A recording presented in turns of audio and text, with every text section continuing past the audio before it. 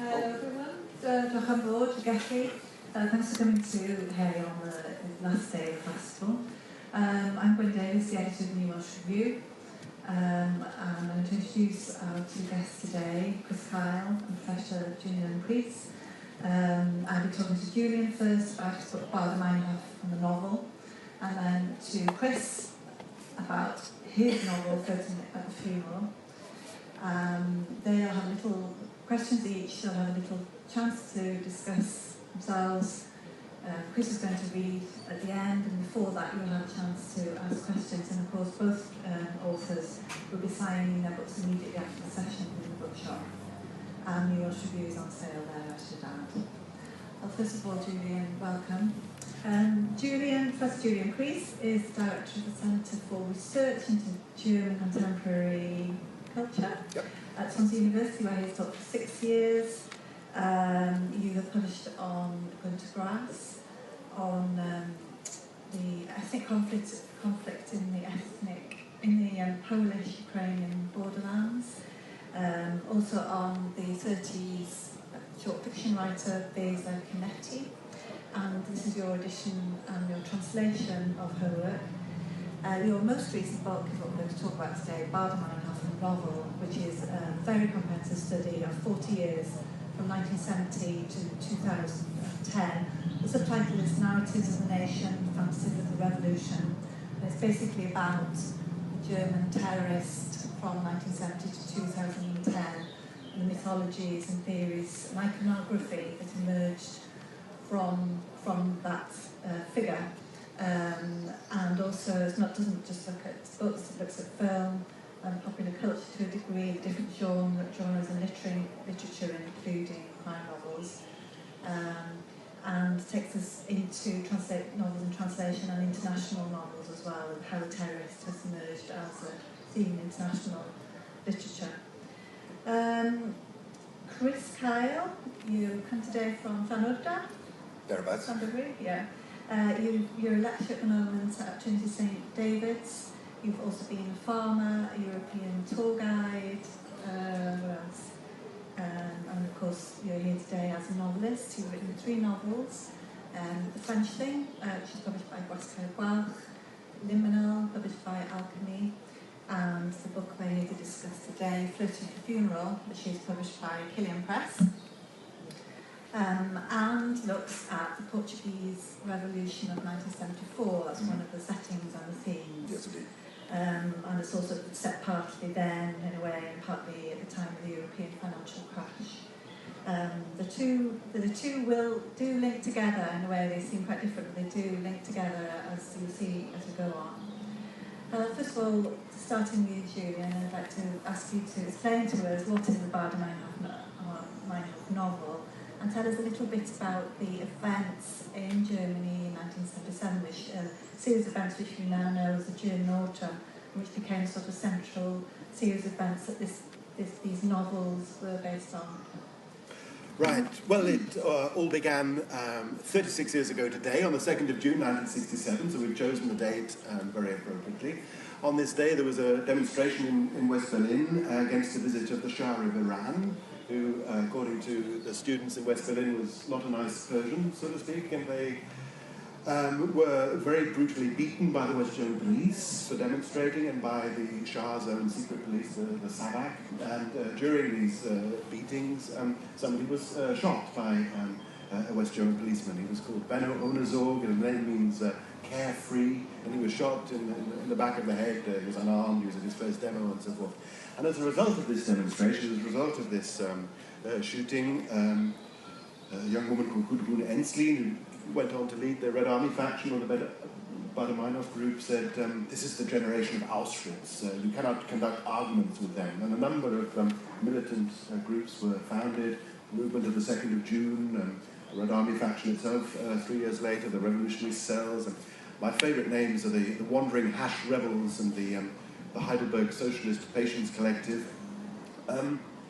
They were all prepared to commit acts of violence against things, against property, not against people initially. The most prominent of these groups was the Bar the Meinhof group. what I've done is, I'm a bit of a train spotter really, I'm a critic, not a novelist. I've identified every single novel that I can get in German and any other language that's accessible to me, and I've worked out how a terrorist figure associated with one of these groups is depicted, is presented. Most of the novels have been written in the last decade. It took a long time before, in Germany certainly, you were able to imagine or reimagine these events. The German Autumn is a series of events in 1977, so 10 years later. What remained of the RAF leadership was in prison. They wanted to get out. They faced lifelong jail sentences. They said to the people on the outside, their supporters, you've got to get us out of prison. The supporters kidnapped a leading German industrialist. He'd also been a member of the SS in his 20s, and he was supposed to represent for everybody the continuity between the Nazi past and the capitalist present. And they said, well, we'll demonstrate this to everybody, and then everyone will see the connection between the two regimes, the continuity between the two regimes. And the government, of course, will come to his aid, and they will release it. They'll release the RAF leadership. The government didn't. A month later, they turn to their comrades in the Middle East. Baghdad, Saddam Hussein is involved. All sorts of places like Yemen and Lebanon come up in this history that have been in the news more recently. A plane was hijacked with German tourists, and the German tourists were then held hostage by 4 Palestinian militants, 2 women, 2 men. 4 days later, on the airport in Mogadishu in Somalia, minutes to go before the plane was going to be blown up, it had been wired with explosives, the passengers had been doused in duty-free alcohol to make them burn quickly. The plane was stormed by German commandos, all the hostages were released, all the terrorists were, the militants, the Palestinians were either killed or disabled quickly. The RAF prisoners committed suicide back in Germany, making it seem as if they'd been killed by the state somehow, and the other RAF people killed their hostage, and they dumped his body in the back of a car, and they said in their communique, "We have ended his miserable and corrupt existence." So what interests me is the symbolic potential of all of that, how you can reimagine it, and you can imagine it in all sorts of ways, because each incident is resonant with lots of historical and mythological symbolism. So. Thank you. When you mentioned the Nazi past, and your book also mentions that this whole period of fiction was basically an unacknowledged political conscience. You also mentioned, I don't know if you mentioned survival guilt, but catharsis for other losses, which you're referring to the Holocaust, and then that Red Army faction, well, that's true, were a martyr cult, or at least that they were portrayed in fiction. Can you tell me about the sort of different generations, the younger people who came of age in the early 70s and 70s, and their reaction to what their parents' generation had been through, and in what way this terrorist figure in fiction sort of dealt with how they felt their parents' generation should have reacted. Right, there's a hell of a lot of questions there. Yeah. There are various ways that you can interpret this. One way is to say that they were reacting to the Vietnam War. What was happening in the Vietnam War? Well, the Americans were dropping bombs on the Vietnamese, and you could see that every night on your TV screens, and they thought this was appalling, and they had to exercise resistance against the Americans. They had to do what their parents had not done against the Nazis. Now, the problem with that is that the same American forces 20 years earlier had liberated them from Nazism. So in doing what your parents should have done in rebelling against Nazism, you're rebelling against the Americans who were the anti-Nazis. So it all got rather mixed up there. Once you get to the 2nd of June, the other thing that started on the 2nd of June was the Six-Day War in the Middle East. And from that point, it wasn't only the Vietnamese that the Germans, students, the militants, protesters were identifying with, it was also the Palestinians. So at that point, in the name of anti-fascism, they're attacking the Zionists, the Jews. It all gets it's very, very complicated at that point. Mm-hmm. Yeah. I mean, I've said it's a martyr cult, and to do with mourning, not the Holocaust people, no, mourning people on their own side. That's the point there. There's a famous book, also published in the year 1967, as it happens, called The Inability to Mourn. It's by Alexander Mitscherlich, Margareta Mitscherlich. They were psychoanalysts, and they wrote up lots of cases where people were not able to mourn their losses because they'd been on the wrong side, because they sacrificed themselves for what turned out to be a completely wicked and barbaric regime. I'm suggesting that in mourning the victims on the RAF side, that they were effectively attaching emotions that didn't have an outlet, that didn't have an appropriate outlet. That was sort of it's deflective mourning. That's my choosing the right side. Yes. Making sure you're on the right side. Making sure you're on the right side. Yes. Well, Chris, you reviewed this book, and you introduced me actually to this book in your Welsh review.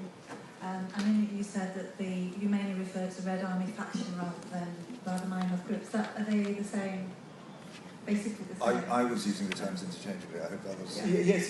Yes. There were lots of different groups, but I've used Baader-Meinhof to mean the revolutionary cells, the movement of the 2nd of June, and the Red Army faction, and everything. But Chris, you described the Red Army faction as being masters of iconography, and that the icons that emerged they're basically movie images, a cross between Bonnie and Clyde and the French Resistance. And I wanted to ask you really about how did that iconography, why and how did the iconography emerge? Was it partly because of the growth and sophistication of the media itself? When I read Chris's comment there, I thought, well, where's he got that from? And I realised a couple of weeks later that it's Patty Hearst that he's probably thinking of. Patty Hearst was the American heiress who was kidnapped by the American version of the Red Army faction, the so-called Symbionese Liberation Front or something. And she, as a result of a Stockhausen syndrome, went over to their side, and she was persuaded that they were on the right side. And she is a famous photograph of her with a beret, I think, and a machine gun in her hand. I don't think that the RAF themselves were too interested in iconography of that sort. They had their Kalashnikov Red Star symbol. What they were interested in was a terrorist act called propaganda of the deed. So, I mean, you commit a deed, or a deed happens to you, you're the passive object of a deed, and then it's interpreted in various ways. And so they needed to interpret what happened. Chris also says in his review that up to 25% of young West Germans identified with them or expressed their support with them, despite all the bombings and the killings. Now, it was not once they started to bomb American army bases that people supported them, young people supported them. It was when they were on the victim's side. It was after a young hairdresser, photogenic young woman called Peter Schell was shot by the police that opinion poll was taken. And at that point, we're debating, did she have a gun in her hand? Was it cold blood? Was she allowed to drop her gun? Who shot who first? And of course, the West German police were then cast in the role of shooters and villains, and they asked questions. They shot first and asked questions later. In that particular incident, so it was in presenting and interpreting scenes such as that. I think rather than visual. But they were very dramatic events, and they had an eye for that, didn't they? And they did catch the public imagination and the media in that we still know about them, and these novelists chose to write about them. Yes. So in that way.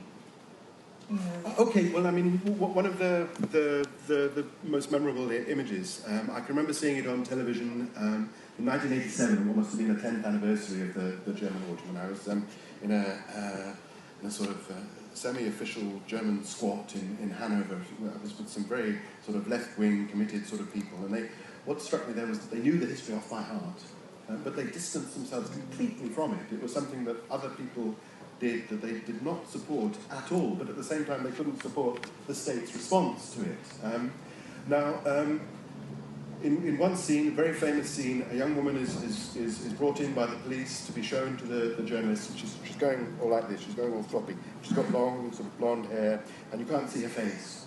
And the journalists, the photographers, they want to see who she is, they want to get a snap. So they ask the police, or they ask her to show her face, and she won't.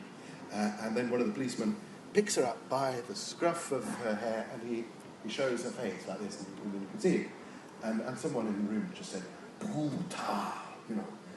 So that was an image that the RAF didn't create themselves, the other side created for them. And it was that type of image that got lots of support, because you didn't support what they were doing, but you couldn't possibly support the police, and the police's attitude and the government's attitude and the rhetoric and the right-wing media that played a very ignoble role throughout this period in Germany. You also had a look at Meinhof jumping out the window, didn't you? Which is pretty dramatic, should we say? Right, well... From the prison, or from the prison library. That is an amazingly rich image. That was when she was a journalist, as you know, very famous media character, and she went to get Andreas Baader out of prison. She pretended she was interviewing him for a book, and they were chatting quietly, and then 4 young women turned up, and the presence of women in these groups is one thing that we're probably going to talk about in a moment. And they pulled a gun, and the idea was they were going to get Andreas Baader out of prison. Now the question is, Ulrike Meinhof, this public intellectual, this journalist, this author of books, this television character, this very respected sort of moral voice of that was very well known. Was she planning at that point to join them, or was it accidental? And they all jumped out of a window, and she jumped up from one life into another life. And there was someone waiting, another young woman waiting in the Alfa Romeo on the street outside, and they all jumped in this car and sped off. And glamorous. Yeah. It sounds immensely glamorous, doesn't it? Yes, I mean. And she was a mother of twins. So I wanted to dig a bit more into this iconography. I mean, really, the themes in the fiction, as they know, yes. of the terrorists, and how different takes the novelists sort of produce from that. The woman, the mother, the main, as you say, they're mainly sanitised terrorists, and there's also the rehabilitated terrorists. Yes. So could you sort of go into that in a bit more detail? Of course, yes.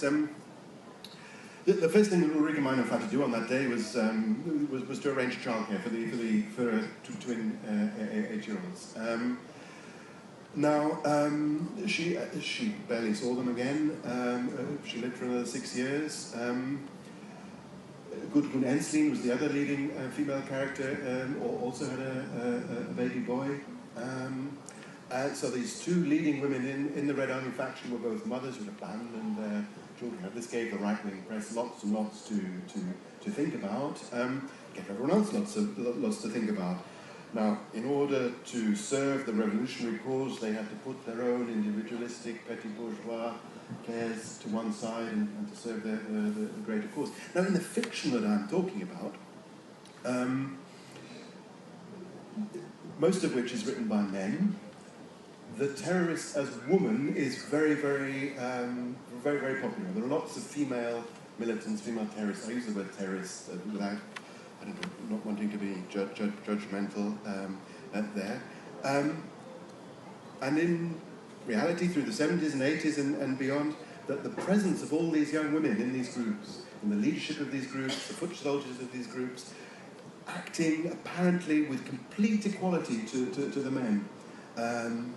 Not doing it for feminism. They said feminism was a bourgeois distraction, doing it for the revolution, but this was something which amazed and astounded people, and I still don't have an explanation for it. I mean, it's the one branch of activity, the one organisation or set of organisations that had complete sex equality. Now, once you get to the fiction which is written much later, and it's written then by men, there are novels by women, and when they concentrate on women, then they tend to concentrate on female empowerment, but the men do all sorts of other things with the woman as terrorists. They don't usually adapt real-life stories as they do when they're talking about male characters. They fictionalise the women, and they're fascinated by them being mothers.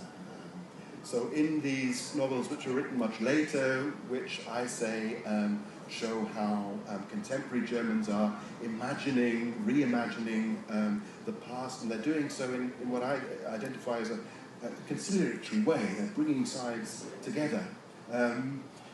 They're using all sorts of metaphors of the family, so that the bad mother becomes the redeemed mother, or is the avenging child who... Yes. So there's lots of metaphors of the family, which I think are probably also metaphors of the nation.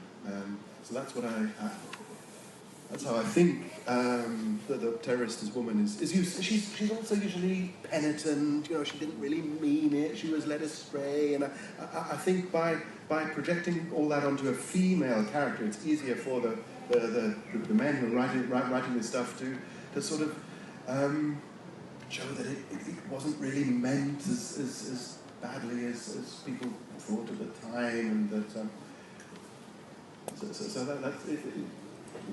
It gets rather conservative and conventional, I guess, gender politics there. Okay. Can you tell me about the, as we were talking about a period which spans the reunification of Germany? 1990s, yeah. Can you tell, well obviously I know you can't, can you tell us differences of these narratives in West Germany, East Germany, and then after unification? Right. Well, firstly, during German division, West Germans didn't tell stories about East Germany, and East Germans weren't allowed to tell stories about West Germany. They didn't know much about each other. There was no interest in the East in West Germany. And the only East German take that I found from the time on this is in a novel written by a very orthodox West German communist with links to East Germany, whose novel was very quickly, it's a thriller, it's a police thing, was very quickly filmed in East Germany. And so that's the only sort of contemporary East German take on the theme. That is interesting because whereas the West German films didn't represent anybody with guns in their hands, the East Germans do in this particular film. The role played by East Germany in all this is fascinating because that they couldn't possibly support terrorism. Their idea was following Lenin. That Lenin said that you needed the avant-garde, which was the Communist Party, to lead the working classes, and terrorism was bourgeois desperation, was individualistic acts that couldn't achieve anything. Lenin's brother was a terrorist who was executed for acts of terrorism by the Tsar. So Lenin was not interested in terrorism there. Now, what happened during the 80s is that the East Germans offered a political asylum to various people who'd jumped in trying to overthrow the West German state, and they people from the RAF and so forth. And they went and lived in East Germany under assumed names. They worked in factories and they founded families, and only a dozen or so of them. So once reunification came, all these characters were then unearthed. Of course, the West German Secret Service knew they were there, and they knew exactly what they were called, and there wasn't a great surprise, but the media was very excited about that. Now, for novelists, this means that you can write now stories, you can reimagine the recent past, and you can bring the two sides together. There was very little that brought the two sides together at the time. There was a great wall in the way, and they didn't know anything about each other. Now, I've called these novels narratives of national unity. You have these border-crossing characters, so you can write something about the recent past, and you can include both sides. You've also got a certain parallel that the East German communists were doing very nasty things, but for ostensibly good reasons. They were trying to create a better world and so forth. So were the Red Army faction and their people. committed lots of nasty deeds, but they did so with the best possible motive. So you've got a sort of two parallels in the past. So if you want to bring the two sides together, as identify writers doing sometimes, then that's how that works. So you mentioned reconciliation and also sanitisation. But these events, although they did sort of start off, for example, what you would call situationist pranks. Yes. For example, there was one it started off, I think, in a Harmon store, didn't it? Yes. But you're also talking about major, as you mentioned, hijackings, kidnappings, bodies being found in boots of cars, and sort of nasty stuff, really. Can you tell me about what you mentioned is the delusion of the harmless terrorist act? Right. That, there is somewhere this perfect act, but no one gets hurt. And is that what the novelists were looking for? Well, I don't think that anyone who was interested in it was interested in killing. I mean, they ended up killing some people. There weren't many over 30 years. There are 60 or 70, I suppose it must be 60 or 70 too many, but I mean, if you compare that to the IRA or something, then it's a very small number. But the ideology initially was that you could beat the state through your wit and your intelligence. And there's one lovely story, two long-haired, bearded hippies are up before the judge, and one of them's called Georg von Rauch, and the other was called Thomas Weisbecker. And the judge is going through their two cases. And after a while, he decides that Thomas Weisbecker is allowed to leave the court. So he says, Thomas Weisbecker, you can leave the court. And a bearded hippie gets up and leaves the court. And then 5 minutes later, he says, right, Georg von Rauch, we need to deal with you. And the guy says, Georg von Rauch, he just left. I'm Tommy Weisbecker. And that was using your wit. You see, the authorities went very bright. Now, when they freed Bader in that way, when Ulrike Meinhof jumped out of the window, they didn't have to shoot anybody. They in the end did. They hired some professional criminal because they weren't used to doing these things, and he had some sort of adapted gas pistol that he used, and he shot at a librarian, and the librarian was badly injured, but wasn't killed. But they didn't need to do that. They wanted to do that without hurting anybody, and they came back again and again to this freeing of Bader, which was allegedly without much violence. But you can do pranks like that, and other groups did all sorts of pranks. Baby in the pram?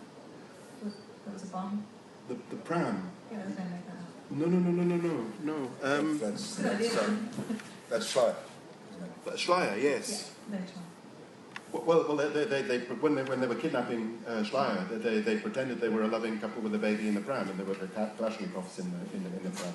No, that wasn't a harmless situation. It was pranks. They then murdered 4 men, then in cold blood. Yeah, so it had reached a completely different stage by then. And once they did that, the 4 bodyguards and drivers that they murdered in cold blood, I mean, it was completely different, and they lost support then from the public if they were doing that. And the whole idea there is, who are the fascists? Where are the fascists? And they were behaving in ways which people identified as fascists in order to kidnap the ex-Nazi. What's the difference in the generations again, the war generation, the post-war generation, in terms of support? Who supported these acts? And the dialogue in the press about whether they had public support. Yes. Was that a way also of sort of reconciling the 2 generations? Well, at the time, the 2 generations, I guess, it was were at each other's throats up to a point. The novelist W.G. Zabart said it was a civil war of the generations. I don't think the RAF in doing these things, they didn't have lots of support behind them, but as I said, people found it difficult to support the other side. If you remember what George Bush said after 9/11, you're either with us or you're against us. I mean, there wasn't a middle way. You couldn't sort of say, well, we sympathise, but you shouldn't invade Iraq, could you? I mean, you were with Osama bin Laden if you opposed the invasion of Iraq, and that you had that same sort of polarisation at the time. You had some people from the older generation who supported them all the way because of their guilty conscience, because they hadn't done the right thing during the 30s and 40s. So you had that, certainly. And you mentioned anti-capitalism. In a way, the target in a way was the Nazism, sort of the guilt about the way their parents didn't oppose fascist dictatorship, changed into a movement about anti-capitalism and anti-American feeling as well. Yeah. I think that's fair.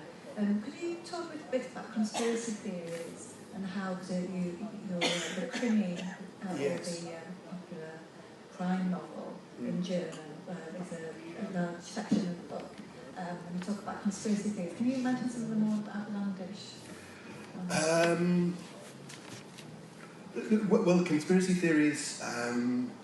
There's the sand on Andreas Bader's shoes. He was supposed to have been flown out to Mogadishu and then killed there, shown to the hijackers, and then flown back. And it was about 4 hours in which to do this, and you couldn't get to Mogadishu in a plane in that time. I mean, more recently, what fascinates me is that in these crimes, the ex-terrorists are basically good characters. I mean, they may have made mistakes, they may have got things on their conscience, but they did it all for the best possible motives. And at the same time, you have the detectives who are working for the state, and they're also good characters. They're left-leaning people who want to sort of improve the world. Now, you then have some sort of unidentified other presence, which are sort of pulling the strings. And they are the baddies, and they're controlling the protesters as well as the police, so to speak. So that's one conspiracy theory. So I mean, one Andreas Bader turns out that he's been in Canada for the last 20 years, and then he revisits Germany in Udinese, and they sort of run riot during the 1998 general election or something. I mean, I quite like that as an idea. He sort of comes back from the dead. You mentioned Bush. What impact did 9/11 and the rise of Al-Qaeda have on finding a new audience for this type of novel? In particular, Jennifer Egan, I mentioned it because I read it and loved it, the Jennifer Egan's novel, The Invisible Circus. Yes. Something like that, maybe a bit earlier, yes. Yeah. Was there a new audience then, an interest in terrorism? Well, maybe, though I think in Germany itself, 1998 was the key date. That was the date that the Red Army faction officially dissolved itself. It was also the date that the left, the 1968 generation, took over power. There was the Red-Green coalition, and people like Joschka Fischer were suddenly deputy chancellor, and Joschka Fischer nearly set a policeman on fire on the night that Ulrike Meinhof died. He had this very, very militant past. He was the leader of the Greens, and he'd become a Democrat because he'd noticed that going around whacking policemen didn't get you anywhere. You didn't achieve what you wanted to achieve. So I think that big change is more important in the German context. I mean, certainly in the last 12 years we've been talking about terrorism a lot. So I mean, I guess when you're talking about readers and so forth, then there is that interest there. Certainly. International authors picking up on the German thing. Yes, there are links sometimes made between the two. Yes, and Al-Qaeda and 9/11 does come up. Certainly, there's a novel by Bernhard Schling who wrote The Reader, and he has someone who's actually a German who's putting the bombs in the Twin Towers. So he certainly makes a link there. Yes. Okay, thank you, Julian. That's really interesting. I'm sure there's a lot more material there we haven't covered. Turn to Chris now. In the review I mentioned, you mentioned that this was the 60s and 70s radicalism was part of the paradigm shift, the global paradigm shift, which encompassed some of the things you mentioned, Vietnam, Black Power, civil rights movement in America, Paris in 1968, and the particular focus of your own novel, which is the Portuguese Revolution in 1974. Can you tell me how your characters sort of a place on the political different places on the political spectrum in terms of activism, and how generations relate to each other in the ways we've been talking about just now. Yes. I was thinking then that I should probably stick to writing novels and leave the history to you after that slightly bruising encounter. I think I defend my point about the iconisation of the bottom. I reference to the contemporary posters. There they all are with their long hair, the moustaches, the aviator sunglasses. They're glamorous. It's glamorous to be on a wanted poster, but via the Wild West. Anyway, having said that, You're right. Yes. Still okay. In my novel, which is a novel, there are two arenas of political activism. Really, there's the Portuguese Revolution of 74-75, and there is the Baader-Meinhof campaigns of approximately the same time.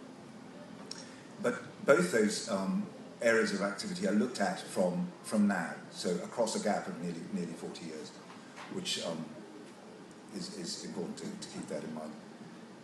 So the Baader-Meinhof, for the characters in my novel, the young people in my novel, they're almost politically empty. They represent a kind of filmic glamour. They represent a ruthless decisiveness. The young people in the novel talk about direct action, and it's just a term of praise. They don't probably quite know fully what they mean about it. Politically, it's fairly empty, but they are very powerful as a symbol. You talk about the white screen that people were able to project their own fantasies and dreams about politics really, onto the Baader-Meinhof, and that's exactly the function they have in my book. The other thing is that they're presented to us as a reader via a very unreliable testimony. There's a character in the book called David Leeper, who's an old radical and claims to have been a member of the Baader-Meinhof, may or may not have been, maybe a revolutionary, maybe a fantasist, if there's a difference. So that's how we see them through a very diffused lens. They've retreated behind layer upon layer of time and representation and misrepresentation. The other arena is Portugal, and in a similar way, we see that as though down the wrong end of a telescope. My book is organised around a love story, really, and the protagonists in that love story go to Portugal at the time of the revolution. They're young students, they're 18-year-olds. They go in 1975. In order to take part, which of course they don't, they observe, they see it as a spectacle. And it was very spectacular. But although they think they're engaging in revolutionary politics, I think they're not. I don't think you can very easily join in somebody else's revolution, which is what they were trying to do. So in both those cases, the originating events have retreated into mythology, out of reality. They're very important symbolically, but as living political forces, they become very, very attenuated. The older generation are quite compromised, aren't they? So Matty, the jazz singer, the Euro jazz singer, is basically kept by an older man with yes. dubious sources of money. And Morgan is a European tour guide, quite some coincidence, and he basically is interested in money and services, and he got flashy cars. So both of them are quite compromised. Yes, I think they are. And then you have the younger generation who are acting them, though we're talking about the film. But they're sort of seduced by the glamour, but they're not that active themselves, are they? No, that's what I'm trying to say. Really. Yeah. Can I ask you what, in terms of these radicals in the 70s, did you think of them when you saw it as an appealing idea for a novel? Was it their youth that appealed to you, or their resistance to compromise, their idealism, or was it the drama of those events at the time? Well, it was all of those things, I suppose. I think the novel is absolutely inspired by or haunted by maybe the enthusiasm, the optimism of the late 60s and the early 70s. Because for an awful lot of people, that really was a time when it seemed as though the world was at some tipping point, where it really might turn upside down, where all the old models of social, political and cultural life might be thrown out and reimagined from the start. And that there would be a series of concentric revolutions that would transform relations of race, sex, class. And that ferment was particularly intoxicating in Spain, in Portugal, and in Spain, because in both places time had stopped in the late 30s with the triumph of fascism, and everybody had been reduced to silence. There was no political dialogue certainly in Portugal. So that the revolution started the hands of the clock turning again. And one of the fascinating things I find is that when people lost their muteness, when they found their language again, it was the language of the 30s, it was the language of socialist revolution, of the slogans of the Spanish Civil War, the speeches of La Pasionara. It was very, very intense and dramatic, using a different language, I suppose, from what most people in Western Europe had got used to by then. And it was a young people's revolution. The leaders of the armed forces movement who carried out the revolution were junior officers in their 20s and 30s. And although it was the army that brought the regime down, it was not a military coup. It was a revolution carried out by a revolutionary army, which is pretty unusual, since the 60s, whatever it was, 40s in Britain. And it was just so visual, so filmic, these vast parades and demonstrations. You mentioned film. The film is at the centre of the book, filmed by the unreconstructed radical Davies. Yes. And you have the sort of ties in the iconography we were talking about just now. And also it's a dialogue between the generations because you have these younger actors in Portugal recreating the older characters' lives. Well, yes. Set against the backdrop of new post-financial crash. I wanted to set the two events as though facing into each other across this gap of time, so that all that tumult, all that enthusiasm resonates with a horrible dullness in the present day, with austerity and cuts and hopelessness and financial malpractice on a staggering scale. I wanted to make those two events chime against each other, those two periods of time. You're interested in film, though? Yes, I am. Yes, I am. I mean, there's a lot about filmmaking in the book, and it's partly an armchair in which to hang other ideas. But I am very fascinated by the process in an ignorant and enthusiastic sort of way. I love the way that it appears to frame and organise our way of looking at things, so that we see things from a particular angle and from within a particular persona, I think, as a member of an audience. And I think of film as being absolutely concrete, almost as though unmediated by technical matters. You simply point the camera at what's going on and let it roll. And obviously that's the opposite of the truth. And the camera, the filmmaking process, constructs what it records. It's absolutely like that. And then I thought, well, actually that's quite a good metaphor for the way we have to live our lives. We can't experience life without interpreting it and without putting a narrative structure on it. Also, as a matter of fact, excuse me, there was a filmmaking moment, which was the sort of germinating seed of the whole book. I was standing in an upstairs room in Llanstefan, which is one of the estuaries that run down into Carmarthen Bay, and it was raining, and everything was sort of grey and misty and dull, and raindrops on the windows.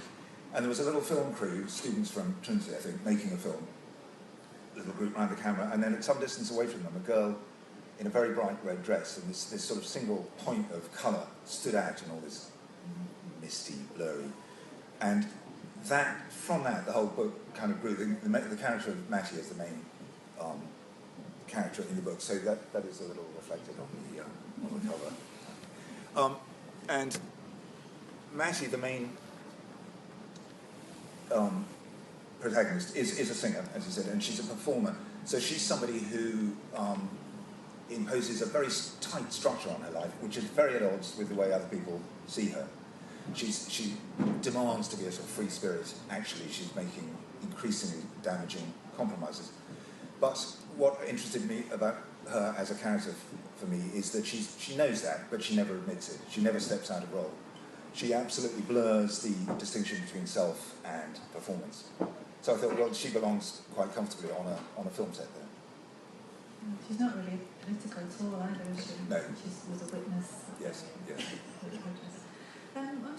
sort of open up a conversation between you two now, really, and just perhaps start that by saying that perhaps this, although it's outside the period of your study, in a way is a Baader Meinhof novel. We haven't mentioned it, but there are settings on sites of European massacre, World War II massacre, and Holocaust sites. You have this intergenerational conflict based around the theory of activism. And there's a lot of sort of European collective guilt there as well, which is also a central theme. I'm not going to ask you whether you think it is, but can I ask you when you came across the novel, was that after you'd finished the book, or did it actually inform you whilst you were... No, I came across this sometime afterwards, yeah. I mean, the thing is, it had lots and lots of echoes for me, which I probably misinterpreted completely. But when I reviewed your book, I echoed a point that the Baader Meinhof were able to represent themselves, or other people represented them, as the resistance that had failed to mobilise against Hitler. And seen in that light, their losses in action were martyrdoms. And so they were sacrificial victims in a narrative of redemption. And in the context of post-war Germany, with the extraordinary widespread presence of Nazis, let's say former Nazis, but anyway, Nazis, in the elites of West German society, in law, medicine, banking, finance, politics, I think that the most urgent question that the Baader Meinhof were asking Germany is, what did you do in the war, Daddy? And it then occurred to me that it's no coincidence that the three countries that mainly produced violent revolutionary youth movements, Germany, Italy and Japan, were also countries that had had authoritarian militaristic regimes a generation earlier than that. Hannah Arendt, writing about Nazism, the Nazi period, said that what you saw there was the intrusion of criminality into the public realm, by which I think she meant that the state had become criminal. The Nazi state was a criminal organisation carrying out criminal acts. And I think if there's one thing that links all those movements, it is the sense that the state is criminal and therefore has to be resisted by whatever means. So you get the military-industrial complex in the USA, waging wars of aggression in Southeast Asia. You get this cabal of unrepentant Nazis running federal Germany. I am simplifying. And in Portugal, you get a moribund fascist dictatorship, which is carrying out a genocidal war in Africa. And under those circumstances, all a person of conscience can do is resist by whatever means is open to them. Isn't part of your argument, though, that actually the German state was learning along the way, that they were getting rid of a lot of the Nazis, and it was itself an emerging democracy, and it was doing pretty well considering... Well, that's right. I mean, as well as Meinhof jumping out of the window, which is that marvellous image, the same year you have Willy Brandt, who's the new federal chancellor. Willy Brandt had been an anti-Nazi resistor, of course. He fought in the Spanish Civil War. He fought against the Nazis. He returned to Germany in a Norwegian uniform. He was the federal chancellor. He went on a visit to Poland, and he spontaneously went down on his knees in front of the memorial to the Warsaw Ghetto uprising. Now that is a very dramatic gesture. That's a gesture of a new beginning of Ostpolitik, and of a new preparedness to acknowledge the crimes of the past. So that was happening at exactly the same time as the militant groups were saying, "What did you do in the war, Daddy?" Of course, yes, of course. I mean, and that was the state's then great weakness, wasn't it? But what you had with Schleyer, and when Schleyer in 1977 and the German Autumn is reimagined now, you have him, the ex-SS man who had worked with Reinhard Heydrich in occupied Czechoslovakia. You have him conducting himself with dignity and with humanity. Him, the one that ended up as a corpse in the back of someone's car. He wrote letters to his son, and yes, that's right. Whereas you have the new generation then issuing communiques saying we have ended his corrupt and miserable existence, which in the words of Peter Schneider, the novelist, who's girlfriend joined them briefly. Is the language of the Wannsee Conference. So, I mean, who is the Nazi? I mean, that's what the Germans are always, at this period, they were always asking themselves. They found fascism everywhere, in the family, it was schools, institutions. I mean, these were all... conspiracy theory. Well, not conspiracy theories, but I mean, the way we treat each other in personal relationships. I mean, sitting down around a dinner table eating dinner, I mean, that can be done in a fascist way. I mean, according to this generation of Germans. The authoritarian personality, people like Adorno, Frankfurt School intellectuals, they theorized all this. Well, I just want to say I'm allowed to not be historically nuanced, I think. Of course. So that in the book, the traumatic past is much more present, and that was the point of having Morgan going around as a tour guide, visiting Holocaust sites and sites of atrocity, to say the past is not redeemed, it's present, it inhabits the present, and it contaminates the present. And then the other thing that I wanted to say was that I want to make that comparison with the present day all the time, and particularly, you know, the crash and the crash makes it sound so accidental, doesn't it? But anyway, so that the young people who are making the film in Portugal are in fact being financed by this horrible old man, a member of the 1%, the super rich, who, according to yes, that's coincidental. But the old terrorist Dave Lieber says, you know, the West is now being run by people who have simply dissolved all the institutions of democracy, so that all the levers that by which the people are supposed to be able to act on the centres of power, the vote, freedom of speech, free press, have simply been disconnected. And I always think of the line, the pumps don't work because the vandals took their handles. Okay, well, just a chance now for you to ask some questions before Crystal closes the reading from the novel. Do you have to wait for a mic? Is there a roving mic today? No roving mic. I expect it's big enough for us to... Speak up then. You first, the lady then. Basically, it's a two-part question. I mean, why the novels at all? Why didn't you just write as a non-German appreciation of Van der Meyerhoff? Also, I've been interested when I bought the book and how the price of £58 was set. And I'm asking the direct question, were payments made? To who? I'm not asking that. I'm asking were any payments made? Is that a question for you? I'm sorry you bought the book. The book is priced at that price for university libraries. I've got a flyer in my... offer tonight in the bookshop, half price, that we probably don't If anyone does want to buy it, I'm not trying to tout it. You can get it for half price with a flyer that That's I've quite a usual price for an academic book, which isn't the author's decision in any case. Well, what was your first question, sorry? The first question, I'll repeat, was why did you choose to write that Van der Meyerhoff as a novel? And the point is made here about your historical knowledge here.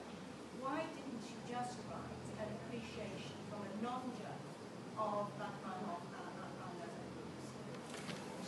Well, my academic subject is German studies, and literature is my field. I've also mentioned films quite a lot, but once I stray onto cinema, then I'm less certain of my territory. Novelists, what I know about. That there have been other books about the history of all this that I've drawn on, and so some of them have appeared in English. So I was trying to offer something new and something that I was qualified to do. What was your question about payments? I think we've got time for that. You had a question, I think. Yes, this is for Chris. Your main characters, your Brits in the book, then, in the dialogue, whenever they're asked questions, they all basically fail to answer them, just go off on a tangent. Is that to sort of separate them from the purity of the revolution they're kind of ignoring? Well, I ought to answer that by answering a completely different question. You know? No, this is the way I hear people talk to each other. It must be me. that there is so much misdirected exchanges going on. That it seems to me that so much discourse is badly aimed or badly targeted, or that people. So I just feel very strong. It's also a literary technique. I think it sounds more naturalistic actually. Dialogue can start sounding like ping pong or too easily. If you ask a question and the interlocutor answers it, I start to droop. So I just wanted to. It's the Today programme be without it? Yes, just answer the question. It's a comic trope, I suppose. Very quickly, a question here. Chris, I love the imagery in your book. You subject us to the bloated cows and the dead dog. There's one which I particularly like, and I've argued with another reader of your book. It's about the crows winching themselves across the sky. That follows, I understand that. The other person didn't understand it. Is it just obvious, or did that image come to you in a different way? Well, hopefully imagery isn't obvious. It's the sound they make and the effortfulness. It seemed the right word to me.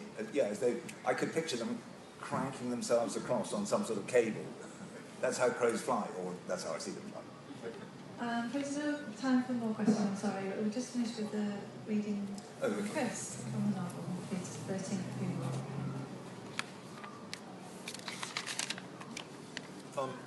This is a very short scene where the young people who are making a film about the revolution in Portugal are going back over the rushes of a scene, of the stuff they've been shooting that day.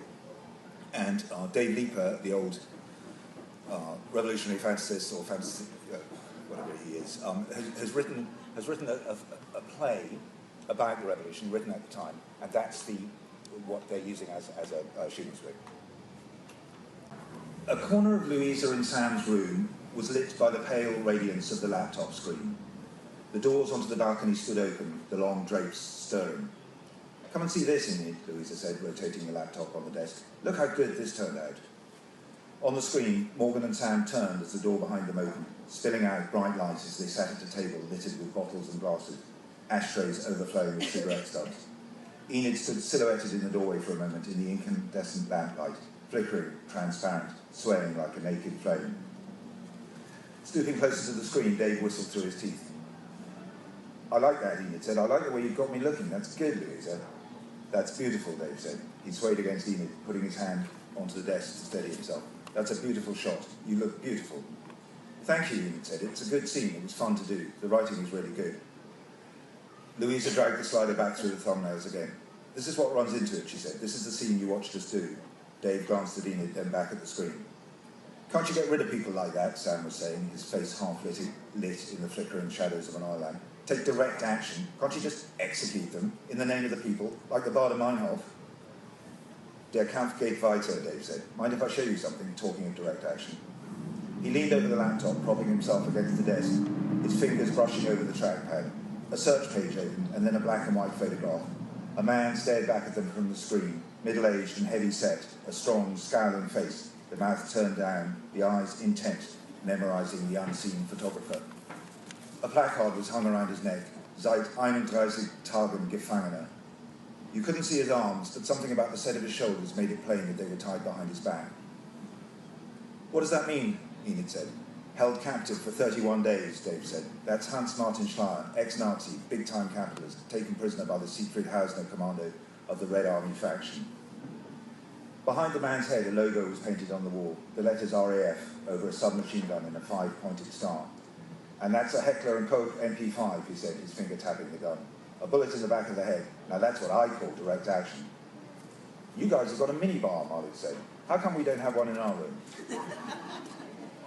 Dave was speaking softly, reciting a remembered text, his face lit by the screen. "After 43 days, we have put an end to the pitiful and corrupt existence of Hans-Martin Schleyer," he said. "His death is meaningless to us. Nothing can compensate for our pain and our rage. Der Kampf geht weiter." He put his lips to Enid's ear. "I wrote that," he whispered. Thank you very much for being here.